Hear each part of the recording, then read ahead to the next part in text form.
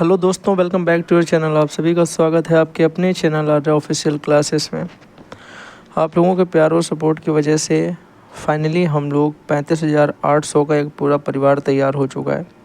और साथ ही साथ एक बात को और ये भी याद रखिएगा, क्योंकि डीएलएड में आपको पता है जो स्टूडेंट पहले जुड़ते हैं फिर उनका सब सेमेस्टर ख़त्म होता है तो फिर वो दोबारा आपकी क्लास को नहीं देखेंगे, क्योंकि ऑफकोर्स वो अब आपकी क्लास दोबारा क्यों देखेंगे आके। ठीक है, तो हम लोग क्या करते हैं, इसके लिए मैं इस चीज़ों को एक्सप्लेन भी इसलिए कर देता हूँ ताकि आपको आगे चल के सीटेड यूपीटेड वगैरह देना हो तब भी आपके यूज में ये क्लासें आएंगी। तो चलिए बात करते हैं भैया डायरेक्ट। हम लोग आज आर्या ऑफिशियल क्लासेस, हमारे चैनल का नाम, हमारा क्या, ये आपका हम सबका चैनल, एक फैमिली है। सोशल स्टडी थर्ड सेमेस्टर में जितने भी आज तक एमसीक्यू हुए हैं, और याद रखिएगा मैं जब एमसीक्यू करवाता हूँ तो इसका मतलब सिर्फ एमसीक्यू ना होकर के इसका मतलब पूर्ण रूप से जानकारी हो जाती है। मतलब सारी चीज़ें उससे रिलेटेड जो भी बन सकती हैं वो हम सारी डिस्कस करते हैं। तो चलिए फ़िलहाल तो भी हम लोग प्रारंभ मेरे भाई करेंगे। कहाँ से प्रारंभ करेंगे आप बोलोगे? क्वेश्चन नंबर 1 के साथ में हम लोग शुरुआत करेंगे और थोड़ा सा इसको मैं फिट टू स्क्रीन करूँगा ताकि क्वेश्चन आपको एकदम एक्सपर्ट वाले रूप से दिखाई पड़े। थोड़ा सा एकदम सही लग रहा है क्या? एकदम बढ़िया वाली फील आ रही है? बहुत सारे लोग बोल रहे हैं कि भैया वो हाथ से लिख ला तो सही नहीं लगता है, थोड़ा सा टाइप वाइप कर लिया करो। तो बिल्कुल भाई करूँगा, अब आपने बोला है तो करना पड़ेगा। चलिए शुरुआत करेंगे। अगर हमसे पहले पूछा जाए पानीपत का प्रथम युद्ध जो हुआ था वो कब हुआ था, आपसे क्वेश्चन पूछा गया। हम लोग 2023 के क्वेश्चन पहले कर रहे होंगे लाइन से, फिर 2022 के, 2021 के, 2020 के, 19 के, 18 के, 17 के और फिर 16 के। तो 16 तक के पूरे क्वेश्चन होंगे। पानीपत का प्रथम युद्ध आपसे पूछा जाता है, आप बोलोगे भैया ये कब होता है, हम बोलेंगे 1526 में होता है। कभी कभी डेट भी दे देते हैं, याद रखिएगा। तो 21 अप्रैल को हुआ था, 21 अप्रैल को हुआ था। 21 अप्रैल 1526 में होता है। भैया पानीपत का प्रथम युद्ध किसके किसके बीच होता है, आप बोलोगे भैया एक इंसान था जो बाबर था, ये आया था और इसके साथ हुआ था किसका, तो हुआ था इब्राहिम लोधी का। और याद रखिएगा जब इब्राहिम लोधी मरा था तो यहाँ के लोगों ने जश्न मनाया था, क्योंकि ये बुरा इंसान था। इस बात को आपको कोई नहीं बताएगा, मैंने पर्सनली आपको बताया। तो ये बुरा इंसान था, इसके मरने पे थोड़ी सी खुशी मनाई गई थी। अब चलिए अगर हम आपसे यहाँ पे इस बात को छोड़ते हुए दूसरी बात पूछें, ठीक है, ये वाला ठीक है।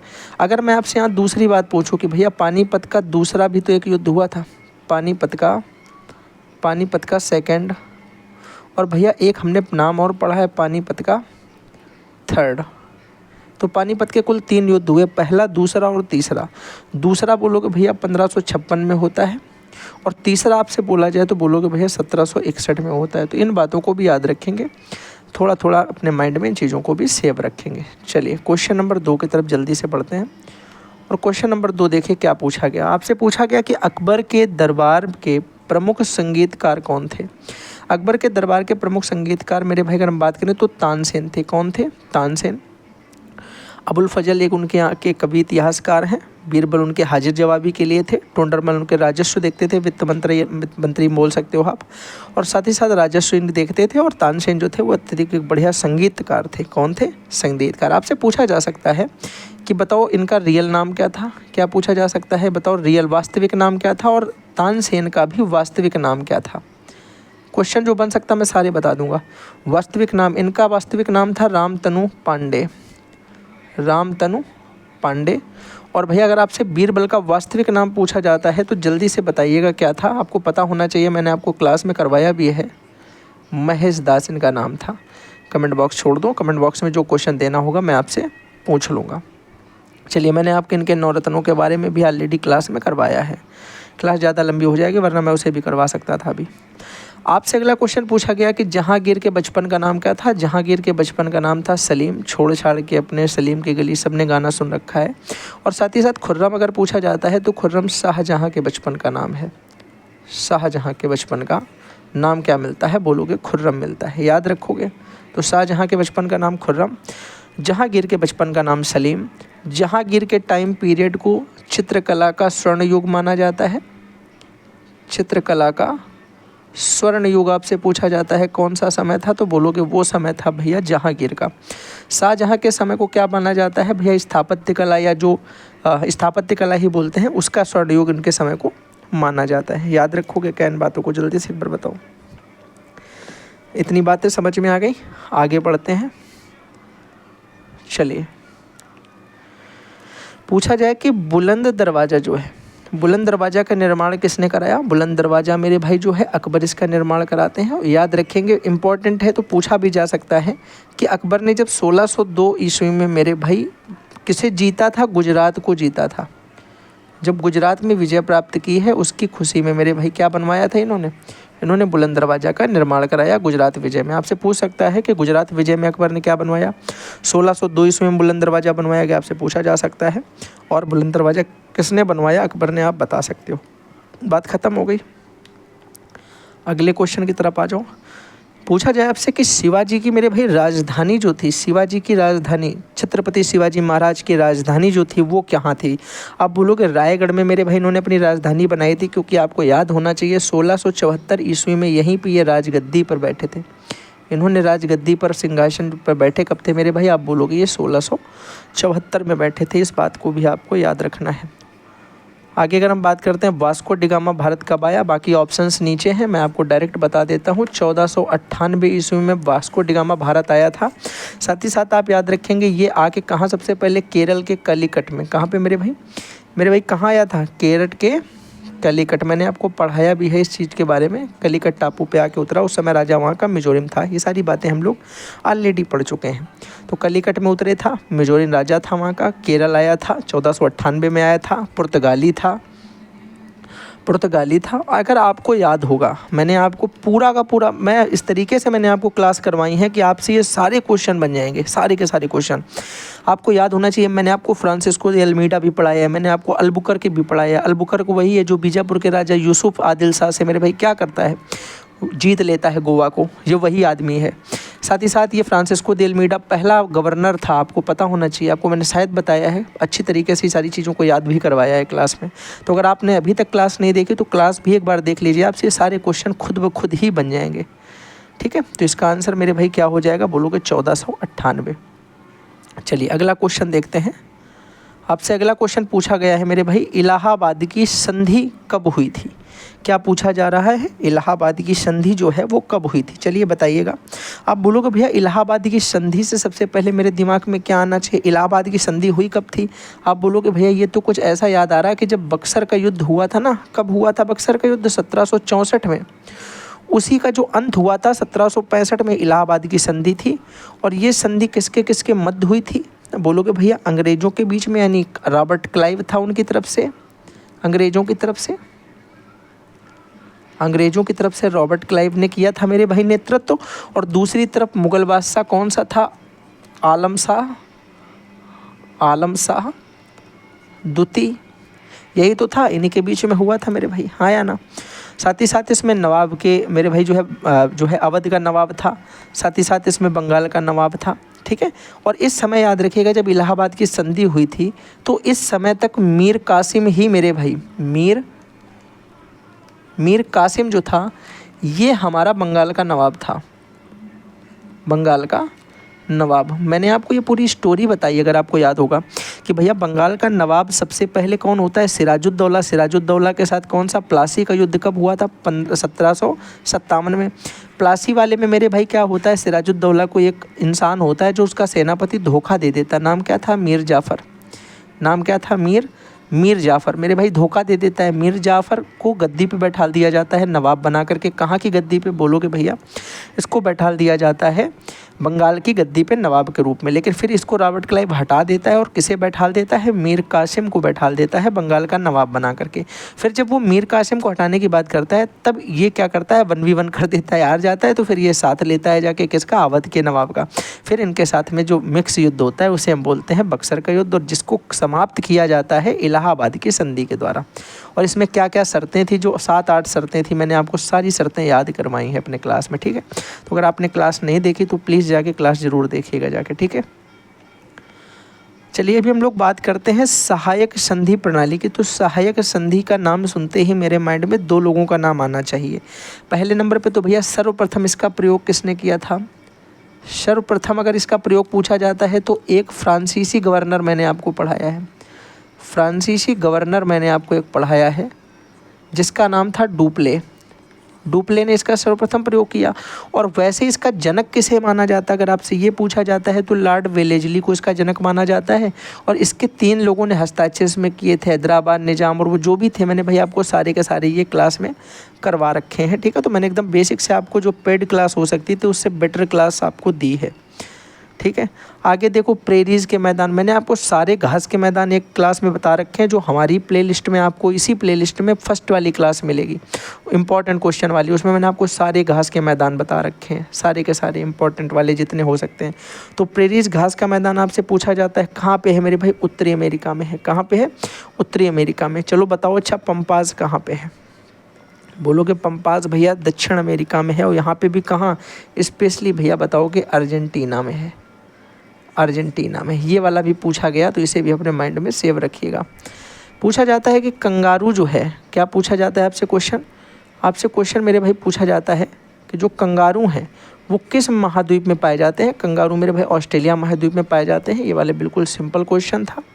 साथ ही साथ एक बात और बताइएगा, ऑस्ट्रेलिया महाद्वीप पर मेरे भाई एक मरुस्थल पाया जाता है, ये भी पूछा गया है। तो कौन सा है, विक्टोरिया, प्रिटोरिया, 4-5 ऑप्शन अपने मन से रख लो, बताना कौन सा पाया गया है। अगला क्वेश्चन ये मोस्ट इंपॉर्टेंट है, 3 बार रिपीट हो चुका है, 3 टाइम्स, 3 बार आया है ये पेपर में और ऑप्शन में ही आया है कि रानीगंज कोयला की खान जो है वो कहाँ पे है, बोलोगे भैया पश्चिम बंगाल में है। मोस्ट इंपॉर्टेंट क्वेश्चन याद रखेंगे। ठीक है भाई, अगर बात करते हैं नरौरा परमाणु केंद्र मेरे भाई कहाँ है, परमाणु ऊर्जा केंद्र है नरौरा, ये हमारा उत्तर प्रदेश में पड़ता है। मैंने आपको इसके साथ के भी सारे बताए हैं, मैंने आपको कैगा बताया है, मैंने आपको तारापुर बताया है। ठीक है, मैंने आपको जितने भी इंपॉर्टेंट कुदन कुलन ये सारे मैंने आपको अपनी क्लास में फर्स्ट में करवा रखे हैं, तो एक भी क्वेश्चन आपसे गलत नहीं होगा। मोस्ट इंपॉर्टेंट क्वेश्चन है पिट्स इंडिया एक्ट, सिर्फ इतना पूछा ही जाता है, आपको रखना है याद कि भैया 1784 में पिट्स इंडिया एक्ट आता है। 1773 मैंने आपको याद करवाया होगा कि रेगुलेटिंग एक्ट था। ये क्या था भैया, रेगुलेटिंग एक्ट था। इसके द्वारा हुआ क्या था, इसके द्वारा मेरे भाई सिर्फ इतना हुआ कि जो बंगाल का गवर्नर जनरल होता था, बंगाल का जो गवर्नर होता था, बंगाल का गवर्नर, उसे हम बंगाल का गवर्नर जनरल बोलने लगे थे। क्या बोलने लगे थे, गवर्नर जनरल। यानी अगर आपसे बोला जाए कि बंगाल के गवर्नर को कब बंगाल का गवर्नर जनरल कहा जाने लगा, आप बोलोगे भैया वो 1773 के रेगुलेटिंग एक्ट के द्वारा ये बात हुई थी। 1784 में क्या किया गया था, जो 1773 के रेगुलेटिंग एक्ट में कमियां थी उनको दूर करने के लिए आया था, उनको दूर करने के लिए ये वाला एक्ट आता है। बाकी ये चार्टर एक्ट है मेरे भाई, इसको भी आप याद रखिएगा। साथ ही साथ एक इम्पॉर्टेंट में है 1833 का चार्टर एक्ट। 1833 का चार्टर एक्ट एक ये बोलता है कि जो बंगाल का गवर्नर जनरल था अब ये भारत का गवर्नर जनरल हो जाएगा, भारत का गवर्नर जनरल। तो अगर बंगाल के गवर्नर जनरल को भारत का गवर्नर जनरल बोला जाएगा, आप बोलोगे भैया वो हमारा 1833 का चार्टर एक्ट था। और अगर बोला जाए कि कब बंगाल के गवर्नर को बंगाल का गवर्नर जनरल कहा जाने लगा, तो बोलोगे 1773 के रेगुलेटिंग एक्ट में। ठीक है, बोला जाए कि 1784 में क्या आया था, तो पिट्स इंडिया एक्ट आया था, जो आपके क्वेश्चन में पूछा गया है। ये तीनों क्वेश्चन इंपॉर्टेंट है, मैंने आपको तीनों करवा दिए। चलो, आपने बहुत सारी क्लासें देखी हैं यार, बहुत टाइम आपका लेते हैं, मैंने देख लिया है क्लासों को, मैंने चेक किया है कुछ क्लासों को, आप देखिएगा कितना टाइम लेते हैं। जितनी देर में मैं सारे क्वेश्चन करवा दूंगा, गारंटी दे रहा हूँ कोई टीचर इतने क्वेश्चन करवा दे। ठीक है, भारतीय डाक प्रणाली का प्रारंभ, मैं आपको एक्सप्लेन कितना करता हूँ, आप ये भी तो देखो। वैसे देखा जाए तो इसमें आपको ऑप्शन नंबर ये चुनना पड़ेगा, क्योंकि भैया इस टाइम पे वैसे अगर देखा जाए तो ये वाला सही नहीं है। ठीक है, जो रॉबर्ट क्लाइव था, रॉबर्ट क्लाइव, इसने एक डाक व्यवस्था स्थापित की थी, डाक व्यवस्था को स्थापित किया था नॉर्मल रूप से, वो ये हमें सन दे रखा है। लेकिन एक्चुअल अगर बात करते तो जो आधुनिक डाक का हम यूज करते हैं, आधुनिक डाक सेवा है, आधुनिक डाक सेवा है मेरे भाई, इसका शुरुआत होता है 1854 में। आपको मैंने पढ़ाया था, शायद आपको याद होगा, 1853 में रेलगाड़ी और 1854 में किसके समय के काम थे, ये लॉर्ड डलहौजी के, लॉर्ड डलहौजी के टाइम के मेरे भाई ये काम होते हैं। लॉर्ड डलहौजी के द्वारा 1854 में आधुनिक डाक सेवा की शुरुआत की गई थी, जो आज हम लोग डाक सुविधा का प्रयोग कर रहे हैं। यानी ये व्यवस्था पूर्ण रूप से स्थापित कर दी गई थी मेरे भाई, याद रखोगे क्या 1854 वाला। और भैया 1766 में क्या हुआ था, 1766 में रॉबर्ट क्लाइव ने नॉर्मल एक डाक सेवा स्थापित की थी, तो ये आपको यहाँ पे दे रखा है। बाकी ऑप्शन इसमें कोई भी सुइटेबल बाकी देखा जाए तो नहीं है। ठीक है ना, बात कन्फर्म क्लियर है, इसमें बहुत कन्फ्यूजन रही थी लोगों को, करवाई भी नहीं है, कुछ लोगों ने बोला क्वेश्चन ही गलत है, क्वेश्चन नहीं गलत है वो। इबादत खाना का निर्माण आपसे पूछा जाए किसने करवाया था, आप बोलोगे भैया इबादत खाना का निर्माण अकबर करवाता है। कौन करवाता है? अकबर। अच्छा, अकबर ने जब ये निर्माण कराया तो सन कौन सा था? 1575 में। इसने किसका निर्माण कराया भैया? इबादत खाना का। अब देखना पड़े ध्यान से इस बात को भी। इबादत खाना में होता क्या था? इबादत खाना में ये होता था कि जो सभी धर्म के व्यक्ति होते थे, सभी धर्म के व्यक्ति आपस में क्या करते थे? बातें करते थे। इसमें सभी धर्मों की इसमें बातें होती थी, रिलीजियस बातें। बैठ के अंदर सभी लोग अपनी अपनी बताते थे कि और भाई मेरे धर्म में ये चल रहा, तुम्हारे धर्म में ये चल रहा है, ऐसा ये वैसा ये। बात आई होप आपको समझ में बेहतरीन तरीके से आ रही होगी, हाँ या ना? बोलोगे हाँ भैया। आगे अगर हम बात करें मेरे भाई अगले क्वेश्चन की, ये नीचे सन यहाँ से 2023 ख़त्म हो गया है, यहाँ से भैया 2022 स्टार्ट हो गया, ठीक है, याद रखिएगा, ये ऊपर लिखा है सन। चलिए अगर हम यहाँ बात करें, भैया पूछा गया है कि बाबर के आक्रमण के समय दिल्ली का शासक कौन था? मैंने आपको अभी थोड़ी देर पहले बताया, इब्राहिम लोधी था। 1526 में जब बाबर ने आक्रमण किया तो इब्राहिम लोधी मेरे भाई दिल्ली का शासक था, यानी लोधी डायनेस्टी थी। आगे अगर हम बात करते हैं, हुमायूं नामा नामक पुस्तक जो है उसके रचयिता कौन है? हुमायूं नामा एक्चुअल में देखा जाए तो ये हुमायूं की बायोग्राफी है, हुमायूं की बायोग्राफी है। लिखी किसने थी? इनकी बहन है गुलबदन बानो बेगम, यानी ये इसकी बहन थी। क्या थी इसकी? इसकी बहन थी जिसने इसको लिखा था। साथ ही साथ आप याद रखिएगा भैया, अगर बाबरनामा पूछी जाती है, कौन सी?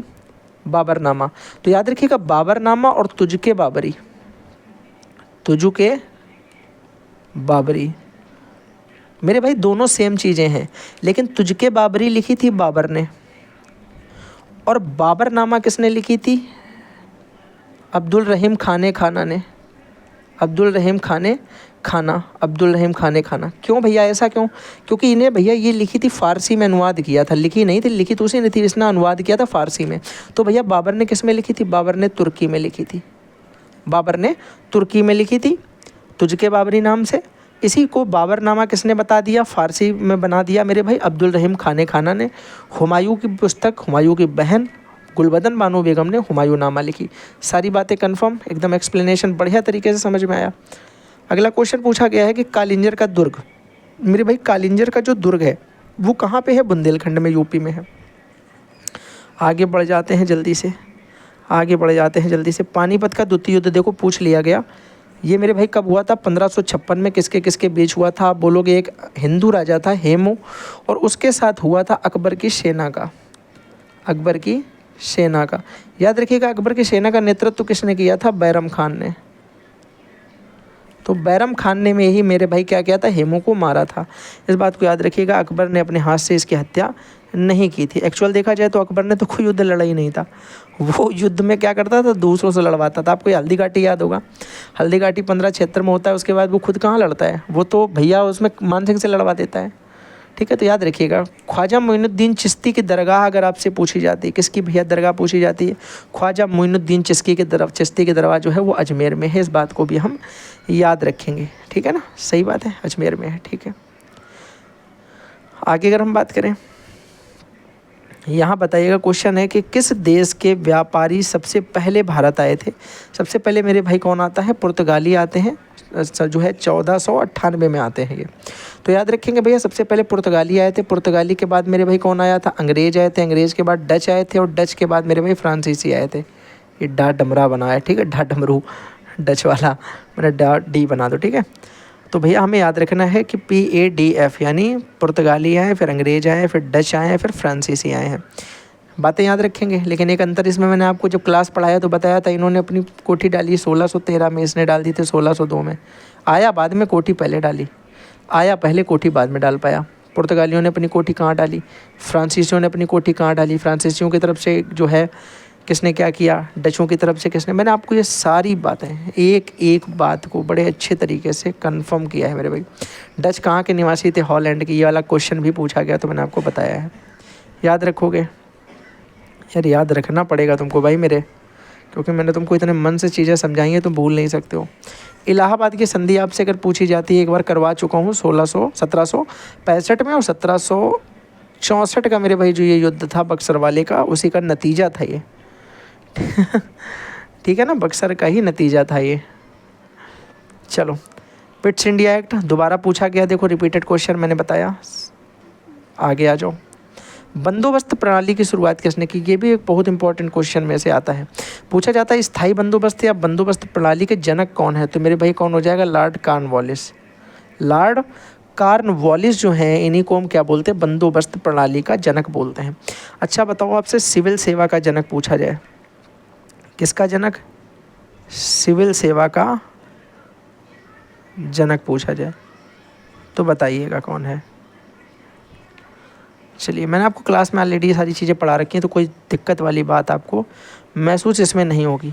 मैंने आपको सती प्रथा किस में पढ़ाया था, ज़रा याद करने की कोशिश करो। सर आपने पढ़ाया था ये कि जब 1833 वाला आपने मुझे पढ़ाया था चार्टर एक्ट, उसी के समय आपने गवर्नर जनरल पढ़ाया था। इसी टाइम पे गवर्नर जनरल पढ़ाया था विलियम बेंटिक। और इनके साथ में कौन मिला था? राजा राम मोहन राय। भैया 2 चीज़ें बंद करवाई थी आपने, कौन सी 2 चीज़ें? एक तो सती प्रथा और दूसरा ठगी प्रथा, सती प्रथा। और भैया उसी समय का याद है, सती प्रथा जब बंद हुई थी तो समय क्या था? 1829 था। लेकिन ये वाला एक्ट जब आपने बताया था तब आपने ये सारी चीज़ें हमको समझाई थी, यानी जब आपने विलियम बेंटिक के बारे में पढ़ाया तब हम लोगों ने ये सारी चीज़ों के बारे में पढ़ा था। एक बार जल्दी से बोलो, याद रहेगा क्या? 1829 से लेकर 1835 तक का हम लोगों ने पूरा टाइम पीरियड एक तरफ से देखा था। चलो अगली बात करते हैं। भारत में जो मेरे भाई है डाक विभाग की स्थापना कब होती है? ऑप्शन देखो, ये मिल गया, देखो 1854 डलहौजी के टाइम मिल गया सही ऑप्शन। और अगर ये ऑप्शन नहीं होगा तो 1766 वाला ऑप्शन जो लगाया था वो वाला सही माना जाएगा, इस बात को याद रखिएगा। अगला क्वेश्चन पूछा गया है कि राज्यसभा जो होता है उसका पदेन सभापति कौन होता है? राज्यसभा का सभापति आपसे पूछा जा रहा है।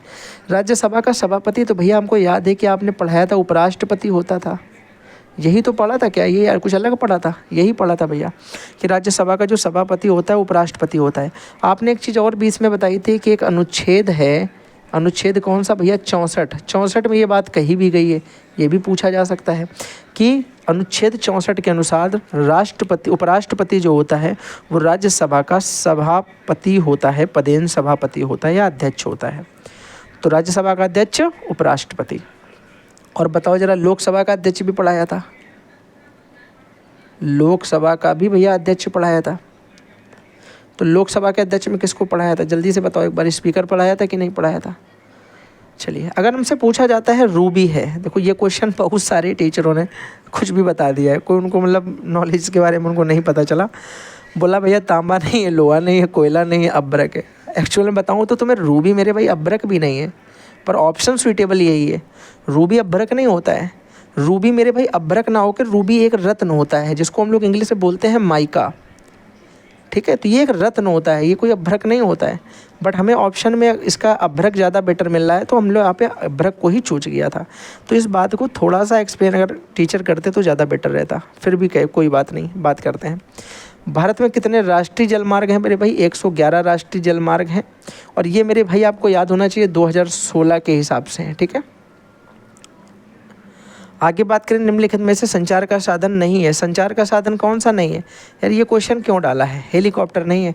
हेलीकॉप्टर क्या है मेरे भाई? वो एक यातायात साधन है, संचार साधन थोड़ी ना है, वो एक यातायात साधन है। ये क्वेश्चन बताओ पूछ दिया, कितना सरल क्वेश्चन। 2021 के पेपर्स में हम लोग आ चुके हैं मेरे भाई। 2021 में देखो पूछा गया कि बाबर की जो आत्मकथा है तुझके बाबरी मेरे भाई किस भाषा में थी? तुर्की में थी। भैया इसी का अब्दुल रहीम खाना ने किस में चेंज किया था? फारसी में। और फारसी में इसका नाम क्या था फिर? बाबरनामा। क्या ये बात याद करवा दी मैंने कि नहीं करवा दी? हाँ भैया याद करवा दी आपने। वास्को डिगामा भारत आया था, कब आया था भैया? 1498, ये लिखा है। हो चुका, कालीकट सब पढ़ चुका हूँ, ये तो हटाओ आगे इसको, आगे बढ़ते हैं। रेगुलेटिंग एक्ट 1773 आ चुका है। वनडीवास का युद्ध, ये इंपॉर्टेंट है कि नहीं है भैया? इंपॉर्टेंट है क्योंकि वनडीवास का युद्ध तो अभी आपने नहीं पढ़ाया है, वनडीवास का युद्ध तो अभी आपने नहीं पढ़ाया। आप बताओ जरा, वनडीवास का युद्ध मैंने इसमें नहीं पढ़ाया लेकिन अपनी क्लास में तो पढ़ाया था।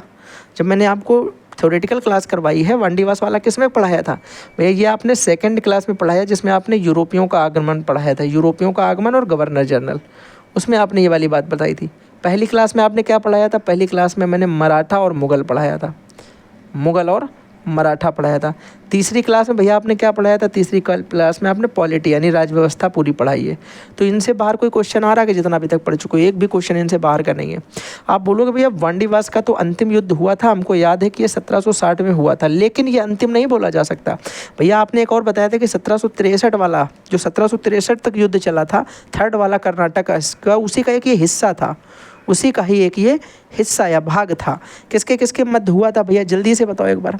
बोलोगे भैया याद है हमको, अंग्रेज और फ्रांसीसियों के मध्य हुआ था। 3 इनके कर्नाटक वाले हुए थे, 3 इनके कर्नाटक वाले हुए थे, एक इनका वांडीवास वाला हुआ था। वांडीवास वाले में इनको फाइनल मान लिया गया था कि हार गए थे, ये भाग गए थे, ठीक है, बाकी बातें हो गई।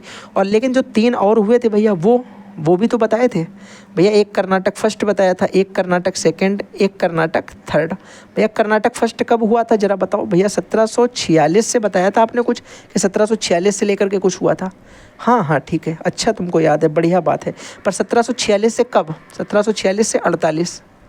दूसरा भैया अगर ये 48 पे ख़त्म हुआ है तो ये 1749 से स्टार्ट होगा कि नहीं होगा? और ये 49 से कितने साल चला? 5 साल चला, यानी मेरे भाई 54 तक चला था। फिर भैया तीसरा वाला जरा बताओ, बोलोगे भैया 54 पे ख़त्म हुआ, 55 में कुछ नहीं हुआ था, फिर 1 साल बाद 56 में हुआ था। तो ये मेरे भाई 56 से लेकर स्टार्ट होता है और 63 तक चलता है थर्ड वाला। पहला वाला ख़त्म कैसे हुआ था भैया? इसमें आपने बताया था, मैं ऐसे शॉर्ट में लिख देता हूँ कि इसमें भैया एक्स ला चापेल की संधि हुई थी। एक्स ला सापेल या चापेल बोला जाता है, दोनों मिल जाते हैं आपको। तो सापेल की संधि के साथ खत्म हुआ था। दूसरा वाला भैया ये तो पुडुचेरी की संधि के साथ खत्म कर दिया गया था, पुडुचेरी की संधि। तीसरा वाला भैया ये पेरिस की संधि के साथ खत्म कर गया था, पेरिस की संधि के साथ खत्म हुआ था। तो भैया पहले वाले में क्या हुआ? पहले वाले में 1746 से 1748 तक होता है, एक्स ला चापेल की संधि के साथ में खत्म होता है। K2 यानी कर्नाटक 2 49 से 54 तक चलेगा, पुडुचेरी की संधि के साथ खत्म हो जाएगा। कर्नाटक 3 बोलोगे भैया 1756 से 63 तक चलेगा, पेरिस की संधि के साथ खत्म हो जाएगा। और हमारा ये 1760 का फाइनल वांडीवास का युद्ध इसी का एक हिस्सा था, थर्ड वाले का। पूरा एक्सप्लेन हो गया बढ़िया तरीके से। चलो इसमें देखो, ये क्वेश्चन तो बताने वाला नहीं है, ये क्वेश्चन तो बताने वाला नहीं। सती प्रथा का अंत राजा राम मोहन राय के साथ मिलकर किसने किया था? बोलोगे भैया सर लॉर्ड विलियम बेंटिक ने। कब किया था? 1829 में किया था, पढ़ा चुके हो आप अभी। ये वाली बात तो भैया आप अभी बता चुके हो, दोबारा बताने की कोई ज़रूरत इसको नहीं है। चलिए आगे बात करते हैं। भारत पर प्रथम मुस्लिम आक्रमण कब हुआ था? बहुत इंपॉर्टेंट है भैया क्वेश्चन ये। 712 में होता है। और प्रथम मुस्लिम भारत में जो आक्रमण करता है मेरे भाई, उसका नाम क्या होता है? बोलोगे भैया मोहम्मद बिन कासिम। डायरेक्ट नहीं लिखता हूँ, मीर नहीं, मोहम्मद बिन कासिम। इसने मेरे भाई क्या हुआ था? पहला युद्ध किया 712 ईस्वी में। याद रखेंगे, प्रथम मुस्लिम आक्रमण 712 में होता है। कालाहारी मरुस्थल किस महाद्वीप पर स्थित है? महाद्वीप कालाहारी मरुस्थल किस महाद्वीप पर स्थित है? स्थित, ठीक है, ऊपर का कट गया है थोड़ा थोड़ा। तो भैया कालाहारी कहाँ पे है? जल्दी से एक बार बताओगे। बोलोगे भैया कालाहारी तो अफ्रीका महाद्वीप पे है, ठीक है। सारे आपने करवा रखे हैं इसमें, मुझे तो कोई ज़रूरत इसमें ज़्यादा बताने की नहीं है। थार कहाँ पे है? जल्दी से बताना कमेंट बॉक्स में, ऑप्शन में मिल जाएगा तुमको, इसी में से ऑप्शन ले लेना। और भैया जो है पंपाज मैदान घास के कहाँ पाए जाते हैं? प्रेरीज मैदान घास के कहाँ पाए जाते हैं? प्रेरी या प्रेरीज दोनों मिल जाते हैं, ठीक है। फिर भैया बताओ जरा, वेल्ड घास के मैदान कहाँ पाए जाते हैं? ये सारी चीज़ें करवा चुका हूँ, ठीक है। तो इसमें कोई ऐसा शॉक्ड मत होना कि ये क्या पूछ दिया, सब करवाया है मैंने जो पढ़ाया है उतना तो भाई तुमने 3 क्लासों में कहीं नहीं पढ़ पाओगे। रिजर्व बैंक ऑफ इंडिया का अगर आपसे पूछा जाए, रिजर्व बैंक ऑफ इंडिया का मुख्यालय जो है, रिजर्व बैंक ऑफ का मुख्यालय जो है कहाँ पे है? बम्बई में मेरे भाई इसका हेडक्वार्टर है। इसका हेडक्वार्टर जो है वो कहाँ पे है? मुंबई में है मेरे भाई हेडक्वार्टर, ठीक है। याद रखेंगे, बढ़िया क्वेश्चन है, पूछा गया है 2 बार। याद रखिएगा कि राष्ट्रपति अपना त्याग पत्र किसे देता है? ये मोस्ट इंपॉर्टेंट क्वेश्चन में से एक है और बहुत ही प्यारा क्वेश्चन है। राष्ट्रपति जब मेरे भाई जो है अपना त्याग पत्र देगा तो वो उपराष्ट्रपति को देगा, लेकिन राष्ट्रपति मेरे भाई जब अपनी शपथ ग्रहण करेगा तो किससे करेगा? ये क्वेश्चन भी पूछा जा सकता है। शपथ किससे लेता है? सुप्रीम कोर्ट का जो सर्वोच्च न्यायाधीश यानी मुख्य न्यायाधीश जिसे बोलते हैं, क्या बोलते हैं? सर्वोच्च न्यायालय का जो मुख्य न्यायाधीश होता है, मुख्य न्यायाधीश होता है, वो मेरे भाई करता है। अगर सपोज करो ये उस समय अवेलेबल नहीं है तो फिर वरिष्ठ न्यायाधीश जो होगा वो करेगा। वरिष्ठ न्यायाधीश जो होगा वो शपथ कार्यक्रम पूरा करेगा। और अगर ये त्यागपत्र देगा तो किसको देगा? उपराष्ट्रपति को। फिर भैया अगर ये त्यागपत्र दे देगा तो इसकी सीट खाली हो जाएगी, यानी हम बात करेंगे फिर आर्टिकल 62 यानी आर्टिकल 62 के अनुसार पद की रिक्तता। अगर आपको याद होगा पॉलिटी में मैंने आपको ये करवाया है, पूरा एक एक चीज़ याद करवाई है, ठीक है। अगर आपसे त्यागपत्र उपराष्ट्रपति आपने बता दिया, साथ ही साथ मेरे भाई और क्या हो सकता है, बाकी ऊपर मैंने राष्ट्रपति के आपको सारे बताए, याद भी करवाए थे कि 52 में क्या होता है, 53 में क्या है, 54 में क्या है, 55 में क्या है, 56 में क्या, 57 में क्या, 58 में क्या, 59 में क्या, 60 में क्या, 61 में क्या, 62 में क्या, 72 में क्या, 123 में क्या, 143 में क्या, ये सारे ऑप्शन मैंने आपको, सारे के सारे आर्टिकल मैंने आपको याद करवा दिए थे। क्या करवा दिए थे? एक कहानी की तरह याद करवा दिए थे, और आप लोगों ने बड़े एंजॉय के साथ इसे याद भी किया था पॉलिटी में, अगर आपको याद होगा तो। चलिए अगर हम बात करें रानीगंज, पश्चिम बंगाल हो चुका है। संसद का निर्माण किससे होता है? मैंने आपको पूरा संसद बहुत कायदे से करवाया है। मैंने आपको पूरा का पूरा अनुच्छेद मेरे भाई जो है अनुच्छेद 79 बड़े मन से समझाया है कि संसद के काम क्या होते हैं, संसद किसके अंतर्गत आएगी, संसद किससे किससे मिल के बनी होती है। तो ये लोकसभा, राज्यसभा और राष्ट्रपति से मिल करके बनती है। संसद में 2 मेरे भाई सदन होते हैं जिनको हम लोकसभा और राज्यसभा कहते हैं।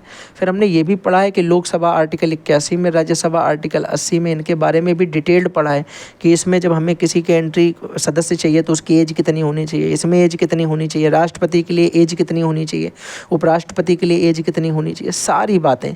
उसके बाद अगर सुप्रीम कोर्ट का मेरे भाई जो है जज है तो उसकी एज कितनी होनी चाहिए, हाई कोर्ट का जज है उसकी एज कितनी होनी चाहिए, इसके कम से कम 62, कम से कम 65, ठीक है मेरे भाई, ज़्यादा से ज़्यादा 65 और ज़्यादा से ज़्यादा 62, सॉरी, इनसे कम कम होनी चाहिए दोनों से, ठीक है। तो मैंने आपको सारी बातें बताई।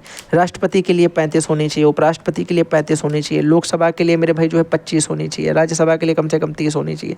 ये सारी बातें मैंने आपको एकदम याद करवाई थी। आपको क्लास ज़रूर देखनी चाहिए मेरे भाई, ज़रूर आप एक बार समय निकाल के उस क्लास को देखिएगा। आपको रियल में फील होगा कि मैंने पढ़ाया ज़रूर कॉपी पेन से है, लेकिन इतना बढ़िया तरीके से एक्सप्लेन किया है चीज़ों को कि आपको मज़ा आ जाएगा। काशी गोमती संयुक्त ग्रामीण बैंक का विलय अगर आपसे पूछा जाए किस बैंक में होता है, याद रखिएगा बैंक ऑफ बड़ौदा में इनका विलय हुआ था। अगर मैं आपसे पूरी की पूरी इसमें आपको थोड़ा सा बात बताऊं बैकग्राउंड में जा करके, तो आप बोलोगे भैया समय है ये 1 अप्रैल 2020 का, समय है ये 1 अप्रैल 2020 का। 3 बड़ी बड़ी ग्रामीण बैंकों का विलय हुआ था उस समय, और किसका इसमें विलय हुआ था? बैंक ऑफ बड़ौदा में। तो समय भी याद रखिएगा, पूछेगा नहीं हालांकि, लेकिन याद रहेगा तो ज़्यादा बेटर है। आपसे पूछा जाए भैया डिगबोई तेल उत्पादन क्षेत्र कहाँ है, बोलोगे भैया ये तो असम में है। कहाँ पे है? असम में। डिब्रूगढ़ और डिगबोई ये सब कहाँ पे पढ़ते हैं? असम में ही पढ़ते हैं। इन बातों को भी हमें याद रखना है। याद रखोगे क्या? बोलोगे बिल्कुल याद रहेगा, और इसका आंसर मेरे भाई क्या हो जाएगा? इसका ऑप्शन हो जाएगा असम। चलो आगे बात करते हैं अगले नंबर पे। निम्नलिखित में से कौन से खरीफ की फसल है? क्या पूछा गया है? कौन सी फसल जो है मेरे भाई खरीफ की है? खरीफ की फसल ज़रा बता दो मेरे भाई। मटर है कि तरबूज है कि गेहूं है कि मूंगफली है? वो लोग भैया खरीफ की फसलों में मूंगफली आ जाएगी। इसी के साथ में अगर हम बात करते हैं चावल, मक्का, बाजरा, किसकी? चावल, मक्का, बाजरा और मेरे भाई कपास, नकदी फसल में भी मेरे भाई आती है। इस बात को भी हमें याद रखना है। चलिए अगर हम आगे बात करते हैं मेरे भाई, राज्यसभा के निर्वाचित होने के लिए न्यूनतम आयु कितनी चाहिए? मैंने अभी बताया राज्यसभा के लिए भैया कितनी चाहिए थी? 30 वर्ष। लोकसभा के लिए कितनी चाहिए? लोकसभा के लिए कितनी चाहिए? 25 वर्ष। राष्ट्रपति या उपराष्ट्रपति के लिए कितनी चाहिए भैया? कम से कम बोलोगे 35 वर्ष। यहाँ 30, यहाँ 25, यहाँ 35, सारी बातें ख़त्म, सारी बातें खत्म हो गई। चलो आगे आ जाओ जल्दी से, 2020 के पेपर पे आ गए। पूछा जा रहा है कि गंगा लहरी नामक पुस्तक की रचना मेरे भाई किसने की? गंगा लहरी की रचना कौन करते हैं? पंडित जगन्नाथ। मोस्ट इंपॉर्टेंट क्वेश्चन में इसको रखिएगा, याद रखिएगा। अगर ये आपको नहीं पता तो आप नहीं कर पाओगे, कन्फर्म है ये। आप कितनी भी जान लगा लो, ये नहीं आप कर पाओगे। साथ ही साथ याद रखिएगा कि ये मेरे भाई कहाँ पे थे? तो ये मेरे भाई जो है शाहजहाँ, सॉरी एक सेकेंड रुकिएगा, ये जो है शाहजहाँ के दरबार में, शाहजहाँ के दरबार में कवि थे। कौन थे? शाहजहाँ के दरबार में कवि थे, और शाहजहाँ ने मेरे भाई इनको महाकवि की उपाधि दी थी। किसकी? महाकवि की उपाधि भी दी थी। तो ये दोनों बातें अगर हो सके तो आप याद भी रख सकते हो, क्योंकि अगर जगन्नाथ पूछा गया है तो महाकवि की उपाधि भी पूछ सकता है ना भाई। आपसे बचपन के नाम में पूछा जाता है, जहांगीर के बचपन का नाम याद रखिएगा मेरे भैया, मैं आपको बता देता हूँ, बता भी चुका हूँ, छोड़ छाड़ के अपने सलीम मैंने भी बताया भी था। खुर्रम किसका नाम था मेरे भाई? शाहजहाँ के बचपन का नाम, ठीक है, शाहजहाँ के बचपन का नाम। एक नाम और आपसे पूछा जा सकता है, याद रख सकते हैं इस बात को, कि अगर आपसे पूछा जाता है शेर शाह के बचपन का नाम क्या था? शेरशाह के बचपन का नाम क्या था? फरीद था मेरे भाई। क्या था? फरीद जो था वो शेरशाह के बचपन का नाम था। चलिए अगले नंबर पे बात करते हैं। प्रेरी घास के मैदान मैंने आपको ऑलरेडी बता दिया, उत्तरी अमेरिका में पाए जाते हैं। ये वाली हो चुकी है बात। और पंपाज मैं आपसे पूछ चुका हूँ, रिपीटेड क्वेश्चन है। शिवाजी ने अपनी राजधानी किसको बनाया? मैंने रायगढ़ आपको बता दिया था। ठीक है, 1674 मेरे भाई क्या होता है यहाँ पे? ये रायगढ़। ठीक है, हो गया। जो बातें हो चुकी हैं उनमें ज़्यादा समय नहीं देंगे। बोला गया बक्सर के युद्ध के समय बंगाल का नवाब कौन था? मैंने बताया आपको कि मीर कासिम मेरे भाई जो था वही नवाब था, लेकिन इसके बाद मीर जाफ़र को बना दिया गया था। ठीक है, ये बातें हो चुकी हैं। जो बता चुका हूँ उनमें समय बिल्कुल बर्बाद नहीं करना है। सत्यार्थ प्रकाश नामक पुस्तक के रचनाकार कौन है? ये बताइए भैया। बोलोगे भैया स्वामी जो है कौन से हो जाएंगे? विवेकानंद है कि दयानंद सरस्वती? बोलोगे भैया दयानंद सरस्वती। दयानंद सरस्वती हैं। ठीक है ना। अच्छा, विवेकानंद का क्या था ये बताइए, इनकी जरा संस्थान का नाम बताइए क्या था, जल्दी से बताइएगा। चलिए एक सेकंड रुकिए, ज़्यादा ऊपर हो गया। हाँ, किस राज्य की तटरेखा सबसे लंबी है? बोलो भैया गुजरात की ही है। सबसे लंबी तटरेखा किसकी है? गुजरात की ही है मेरे भाई, जहाँ तक ना तटरेखा सबसे लंबी। तट मतलब कोस्ट के साथ में ना, कोस्ट के साथ में गुजरात की होगी। और फिर मेरे हिसाब से इधर ये तुम्हारी आंध्र प्रदेश और तमिल वाली पड़ेगी, तो गुजरात की होनी चाहिए। ठीक है, चलिए कंफर्म कर लीजिएगा एक बार। देखो गोवा पश्चिम बंगाल तो नहीं पड़ेगा, पश्चिम बंगाल हाँ नहीं पड़ेगा, क्योंकि ये तो वैसा एरिया उसमें पड़ता है। ये नहीं पड़ेगा, यही पड़ेगा, गुजरात ही पड़ेगा। चलिए आपसे पूछा जा रहा है कि विश्व की सबसे गहरी झील, सबसे ऊंची कौन सी है? टिटिकाका। सबसे गहरी कौन सी है? बैकाल है। सबसे गहरी कौन सी है भैया? सबसे गहरी झील जो है बैकाल ही है। चलिए भारत का सर्वाधिक प्राचीन उद्योग पूछा जा रहा है। सबसे प्राचीन उद्योग मेरे भाई कौन सा है? सूती वस्त्र का उद्योग है। सूती वस्त्र का उद्योग, क्योंकि ये वाला उद्योग जो है ये बोला जाता है कि कब से है? हड़प्पा कालीन है, यानी मोहनजोदाड़ो के टाइम से, सिंधु घाटी समय से है, सिंधु घाटी के टाइम से है मेरे भाई। ठीक है, इंडस सिविलाइजेशन से है। पंपास घास के मैदान कहाँ पाए जाते हैं? मैंने आपको थोड़ी देर पहले बताया भी था। पंपास घास के मैदान मेरे भाई दक्षिण अमेरिका में पाए जाते हैं, दक्षिण अमेरिका। और उसमें भी खास तौर से कहाँ पाए जाते हैं? अर्जेंटीना में। अर्जेंटीना में पाए जाते हैं, याद रखेंगे इस बात को। ठीक है। अच्छा सॉरी, इसमें ऑप्शन में आपसे पूछा गया कि मरुस्थलीय वनस्पति है कि शीतोष्ण की कटिबंधी। भैया सिंपल है, अमेरिका में पाए जाते हैं। कौन सी वहाँ पे वनस्पति तुम्हारी होगी? आप बोलोगे भैया ये मध्य अक्षांशीय घास होती है, मध्य अक्षांशीय घास की भूमि होती है, मध्य अक्षांशीय घास की। ये इंपॉर्टेंट क्वेश्चन हो जाएगा। इसके पूछने का तरीका जो है वो अलग है भाई थोड़ा सा। ठीक है, ये पूछने का तरीका इसका थोड़ा सा अलग है।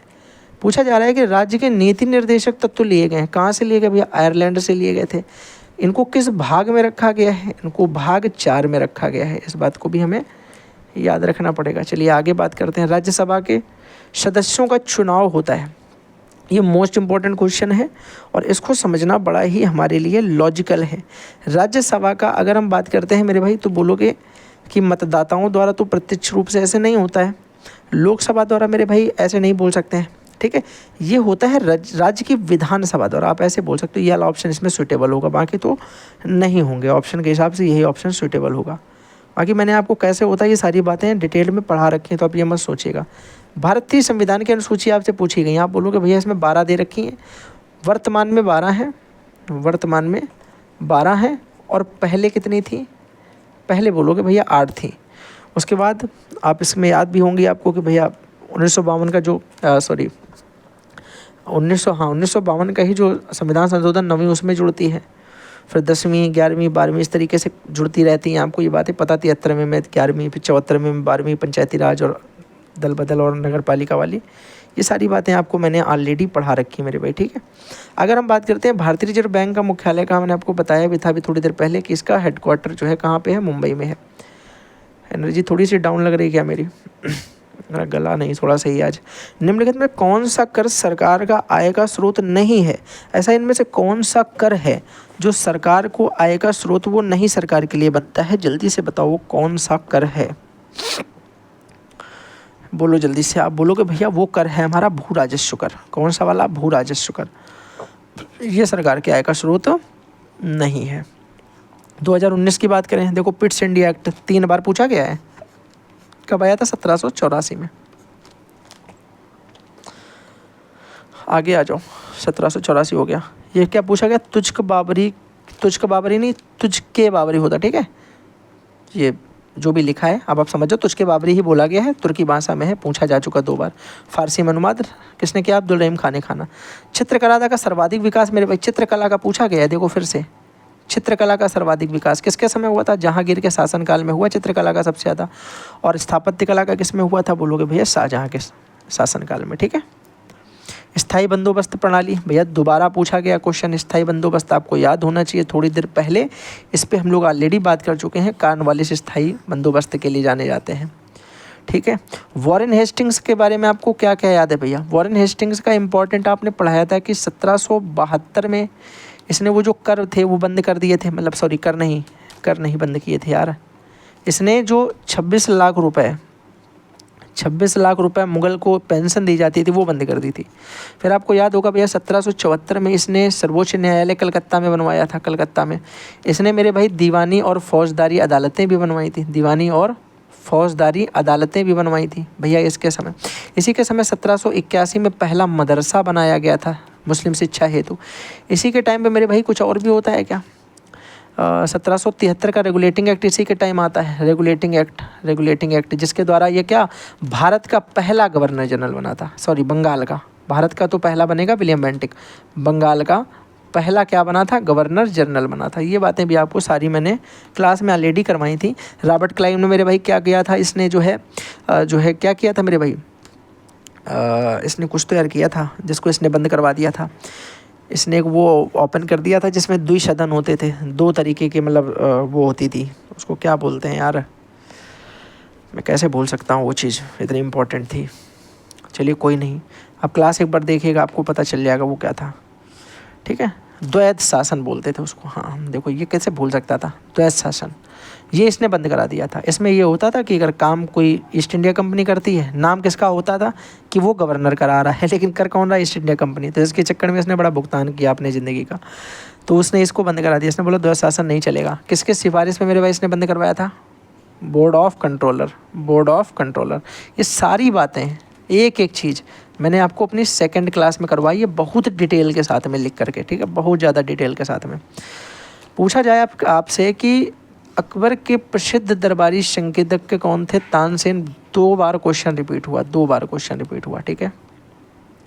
बुलंद दरवाज़ा का निर्माण किसने करवाया था? अकबर ने करवाया। सिंपल सा है मेरे भाई, बता भी चुका हूँ मैं आपको कि बुलंद दरवाज़ा का जो है निर्माण किसने करवाया? अकबर ने। क्यों करवाया था बताओ ज़रा। मैंने आपको स्टार्टिंग में बताया कि इसने कहाँ विजय प्राप्त की थी जब करवाया था, और कब विजय प्राप्त की थी, मैंने आपको सन भी बताया है, तो आप वो भी बताना। चलो, इलाहाबाद की संधि 4 बार क्वेश्चन रिपीट हुआ है, पूरा 4 बार रिपीट हुआ है। कब हुआ था? इसके जस्ट 1 साल बाद हुआ था, 1765 में, क्योंकि ये बक्सर का तो है। तो बात समझ में आ गई कि नहीं? नकदी फसल है, नकदी फसल आपसे पूछी जाती कौन सी? जल्दी से बताओ, नकदी फसल इनमें से कौन सी है? आप बोलोगे मेरे भाई अगर इनमें से हमसे पूछा जाए तो भैया दालें तो नहीं आएगा। नकदी फसल यानी जो हाँ ठीक है, नकदी फसल इनमें कौन होगी यार? बोलो जल्दी से भैया। इसमें गन्ना होनी चाहिए, नकदी फसल इसमें गन्ना होनी चाहिए, ठीक है यार। वैसे देखो तो चाय भी नकदी फसल में आ सकती है, गेहूँ नहीं, लेकिन चाय तो आ सकती है। बाकी भैया और हमने क्या पढ़ा? हमने पढ़ा भैया जूट होता है, तंबाकू को भी बोला जाता है नकदी फसल, ये तो होता है तंबाकू। और भैया कपास भी इसी में आ जाता है, कॉफ़ी भी इसी में आ जाती है, आती तो भैया चाय भी इसी में है। लेकिन चाय आपको ऑप्शन में दी है तो हम लोग चाय को यहाँ पे नहीं लेने वाले हैं, ठीक है। चाय को हम यहाँ पे नहीं लेने वाले हैं, गन्ना ज़्यादा सूटेबल रहेगा आंसर। बेचो खाओ नकद कमाओ, छोड़ो जल्दी से आगे आ जाओ। नरौरा परमाणु ऊर्जा केंद्र स्थित होता है मेरे भाई। नरौरा ऊर्जा केंद्र कहाँ पे है? नरौरा, जल्दी से बताओ नरौरा कहाँ है? ये तो शायद मेरे हिसाब से दूसरी बार क्वेश्चन आ रहा है ना? हाँ दूसरी बार क्वेश्चन आ रहा है, एक बार आ चुका है, उत्तर प्रदेश में है, ठीक है। धात्विक पदार्थ के अंतर्गत क्या आते हैं मेरे भाई? लोहा आएगा, तांबा आएगा, सोना आएगा, उपयोग सभी आएगा। आप बोलोगे भैया सारे के सारे धातु तो होते हैं, तो ये धात्विक पदार्थ के अंतर्गत ही आ जाएंगे। संचार का साधन नहीं है, ये देखो रिपीट, इतना गंदा क्वेश्चन कोई कैसे रिपीट कर सकता है? यातायात का साधन है, करवा चुका हूँ, हटाओ इसको, दोबारा क्यों आ गया ये? महान विक्टोरिया मरुस्थल कहाँ है? ये क्वेश्चन मैंने आपसे पूछा था, आप याद करो। महान विक्टोरिया मरुस्थल मेरे भाई कहाँ है? ऑस्ट्रेलिया। मैंने आपसे बोला था कि ऑस्ट्रेलिया का मरुस्थल कौन सा है। ऑप्शन आपको मैंने प्रिटोरिया मरुस्थल, प्रिटोरिया और विक्टोरिया दिया था, तो आपको कौन सा आंसर बताना है? विक्टोरिया। राष्ट्रपति द्वारा राज्यसभा में कितने सदस्यों को मनोनीत किया जाता है?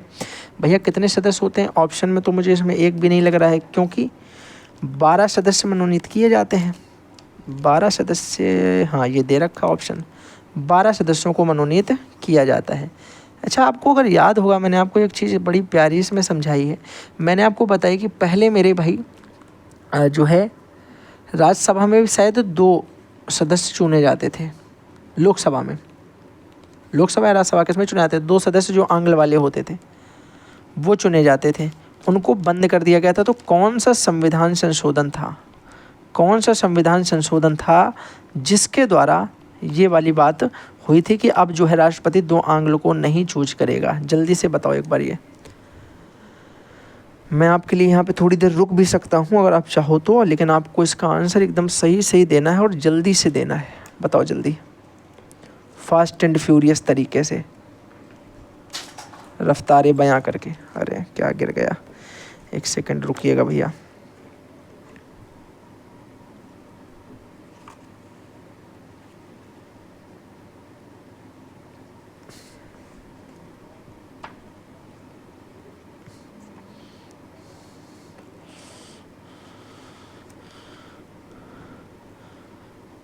ठीक है,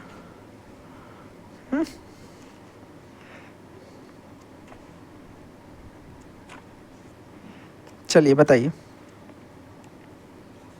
बोलिए भाई जल्दी से। क्या ये बात समझ में आ गई? राष्ट्रपति द्वारा राज्यसभा में मेरे भाई कितने सदस्यों को मनोनीत किया जाता है? आप बोलोगे 12। तो अगर राज्यसभा में 12 किया जाता तो वो वाली बात लोकसभा में थी।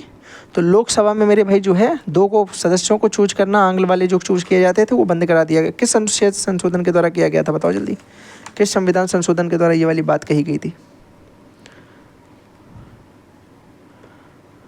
कोई दिग्गज तो कमेंट करेगा अभी।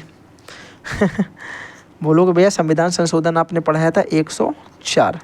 104। अगला क्वेश्चन बताओ, राज्यसभा का प्रधान सभापति कौन होता है? आर्टिकल 64। उपराष्ट्रपति हो चुका। मैक्सिमम क्वेश्चन तो यार रिपीट ही होते हैं इसमें। अगला क्वेश्चन है कि भारत में शासन का प्रमुख होता है। देखो भारत में शासन का प्रमुख आपसे पूछा गया है यार। ये अगर वैसे आप क्वेश्चन का आंसर इसमें देखिए दिक्कत क्या है, अगर आप मुझसे पूछोगे तो इसका ऑप्शन आपके बुक के या नोटबुक के हिसाब से शायद आपको क्वेश्चन ये सही करके दिया गया है। लेकिन अगर मैं आपको इसको एक्सप्लेन थोड़ा सा करूं, भारत के अंदर दूसरे तरीके की चीज़ें चलती हैं। भारत में एक होता है संवैधानिक प्रमुख, संवैधानिक प्रमुख वो राष्ट्रपति होता है। बाकी देशों में यही सब कुछ है, क्योंकि ये सर्वोच्च मेरे भाई जो है राष्ट्रपति क्या होता है? सेना का सर्वोच्च कमांडर यही है। भारत का प्रथम जो इंसान है वो यही है, ठीक है, व्यक्ति यही माना जाता है। लेकिन ध्यान से सुनिएगा, भारत में अगर मैं बात आपसे करता हूँ कि इनको हटाकर जो कार्यकारी प्रमुख होता है, कार्यकारिणी का काम जो देखता है मैक्सिमम, वो प्रधानमंत्री होता है भारत में। प्रधानमंत्री किसी दल का एक बहुमत प्राप्त नेता होता है जिसको राष्ट्रपति के अनुशासन प्रधानमंत्री बनाया जाता है। ये बातें मैं आपको ऑलरेडी उस क्लास में करवा चुका हूँ। लेकिन इसका ऑप्शन देखिए यहाँ पे राष्ट्रपति ही आपको दिया गया, शासन के अकॉर्डिंग पूछा है। अगर पूछा जाए कार्यकारिणी का प्रमुख कौन है तो प्रधानमंत्री आप लगाओगे, ठीक है। ये थोड़ा सा कन्फ्यूजन हो सकता है, अगर दोनों दिए गए तो कन्फ्यूज मत होइएगा। चलिए बात करते हैं अगर ग्रांड ट्रंक रोड यानी GT रोड की मेरे भाई, तो GT रोड बनवाने वाला शेरशाह सूरी था। कौन था?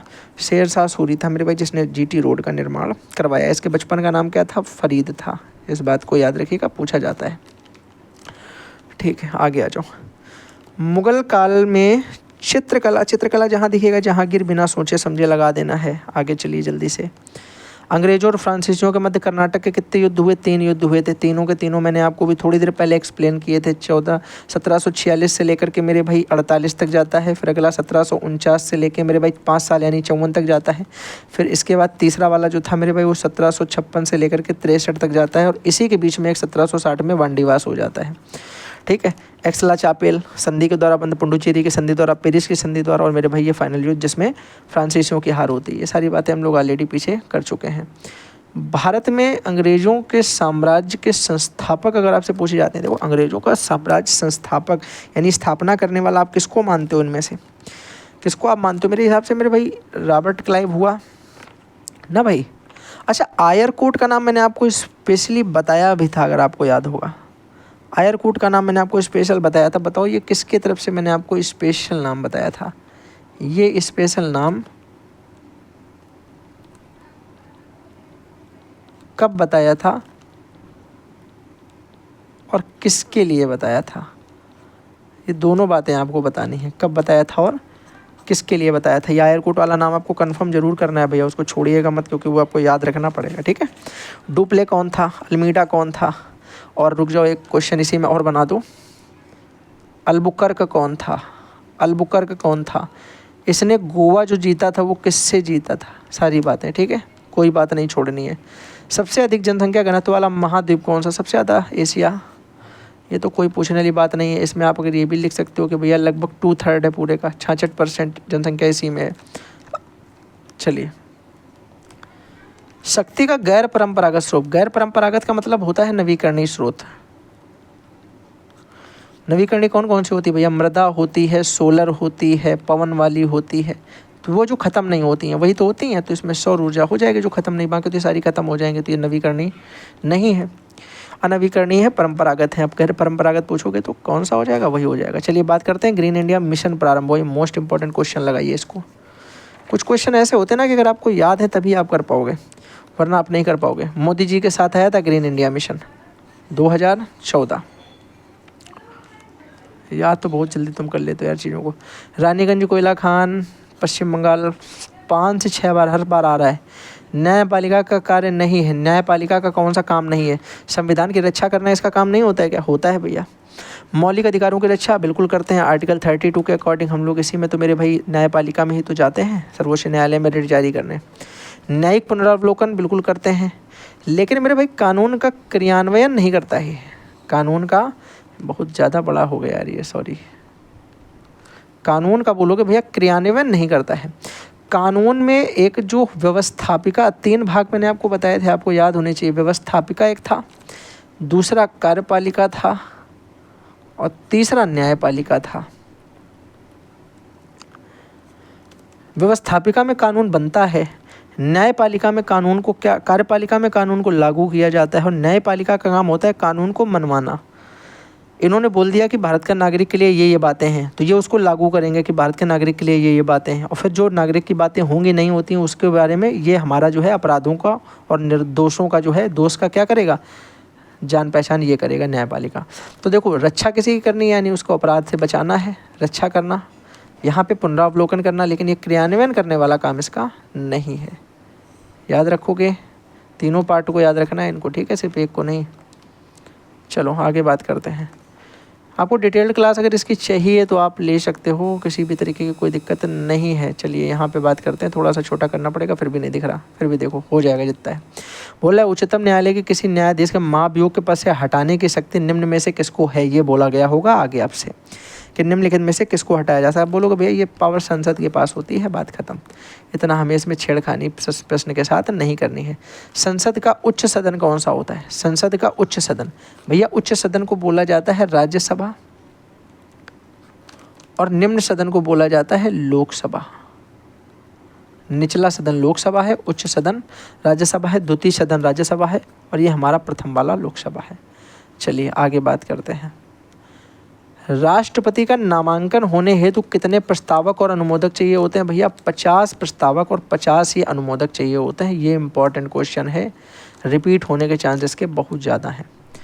देश का सबसे राष्ट्रीयकृत प्रतिष्ठान अगर आपसे पूछा जाता है भैया, तो वायु नहीं, जलवायु, रोडवेज बिल्कुल नहीं है, रेलवे ही है, और ये विश्व का 2nd सबसे बड़ा भारत का है, और मेरे भाई वर्ल्ड में 4th सबसे बड़ा पड़ता है, ठीक है, सॉरी 2nd सबसे बड़ा राष्ट्रीयकृत प्रतिष्ठान है, और विश्व में 4th सबसे बड़ा राष्ट्रीयकृत प्रतिष्ठान है ऑप्शन के हिसाब से।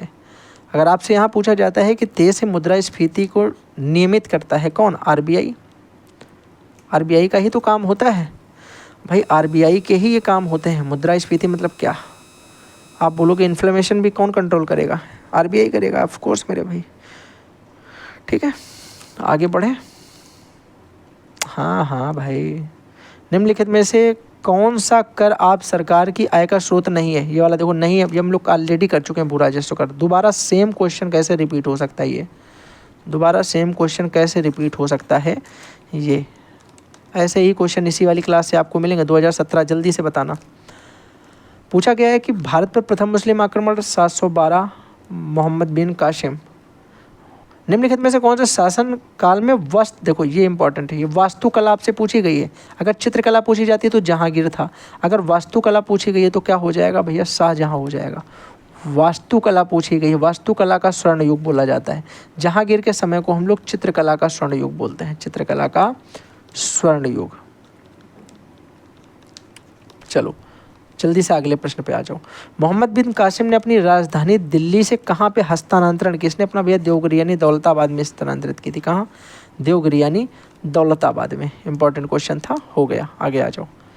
कार्ल मार्क्स कहाँ का निवासी था? कार्ल मार्क्स मेरे भाई जर्मनी का निवासी था। सिंपल क्वेश्चन है। साथ ही साथ याद रखिएगा, एक आप साम्यवादी जो है अर्थव्यवस्था पढ़ते हो। क्या पढ़ते हो? साम्यवादी। तो साम्यवादी वाला जो अर्थव्यवस्था का जनक है वो इसी को माना जाता है। साम्यवादी या वैज्ञानिक साम्यवादी, दोनों नाम मिल सकते हैं, वैज्ञानिक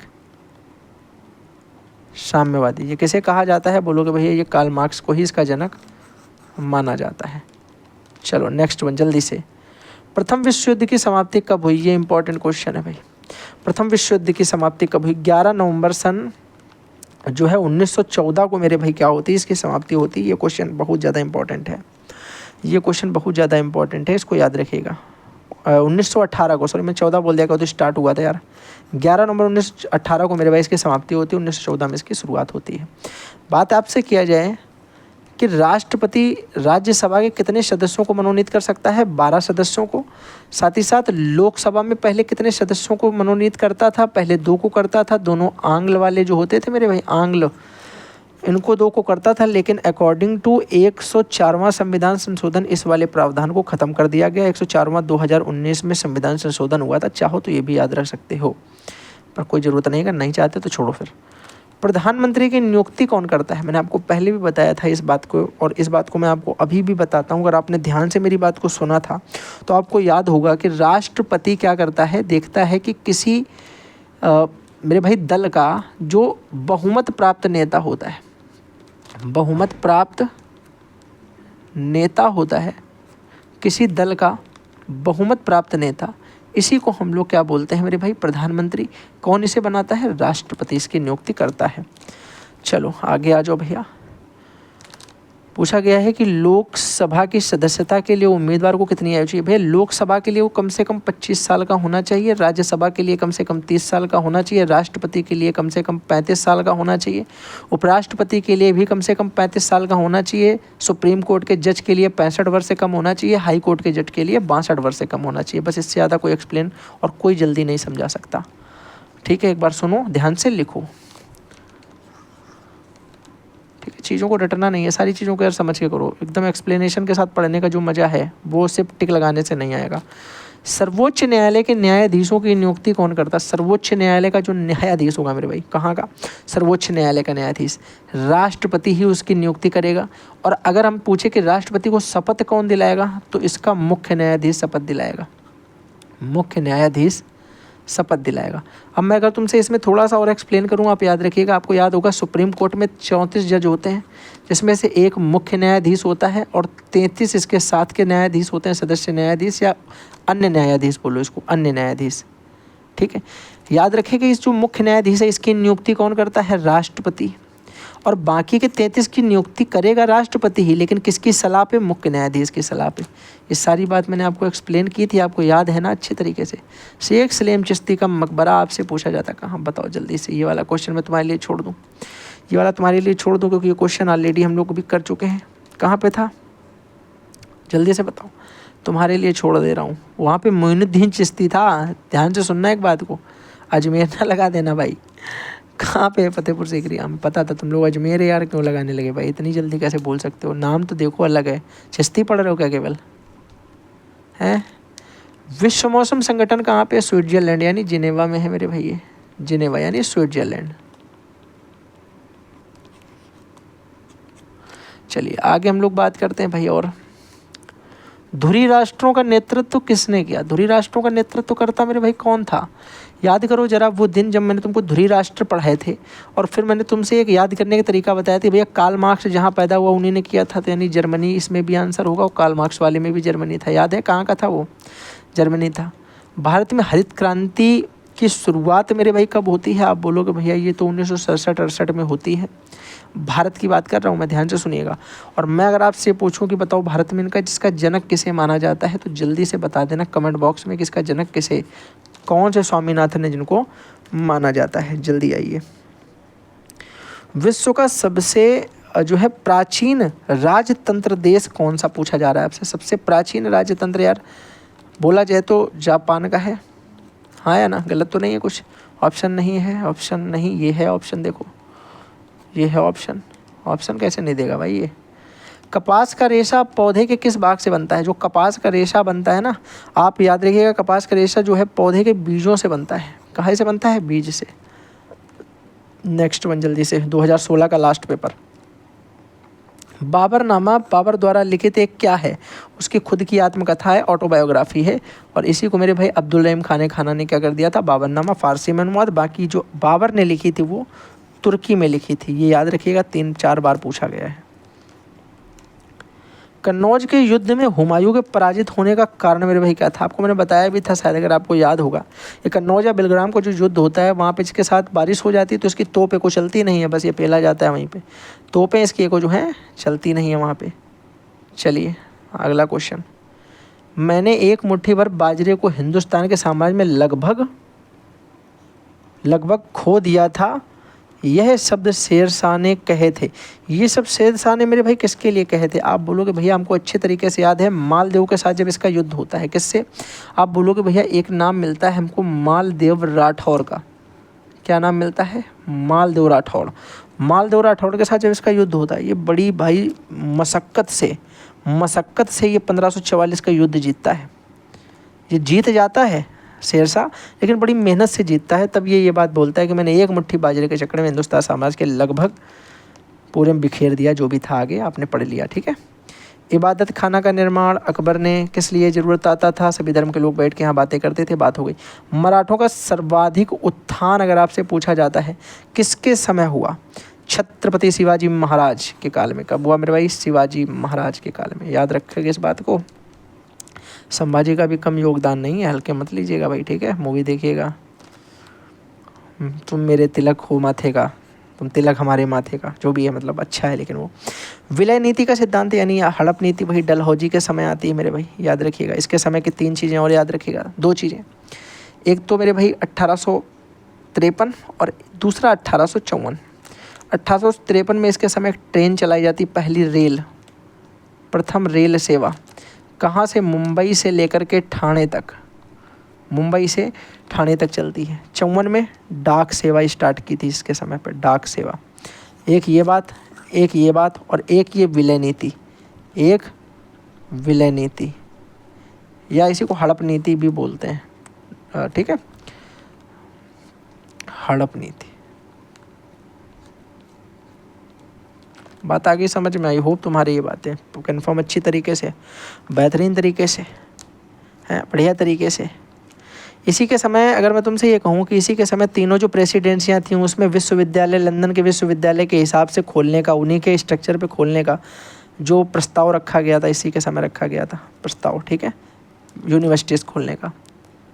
बात किया जाए संसद से आपका क्या तात्पर्य है? संसद से मेरा तात्पर्य होता है लोकसभा राज्यसभा दोनों उसके सदन और साथ ही साथ राष्ट्रपति, ये होता है।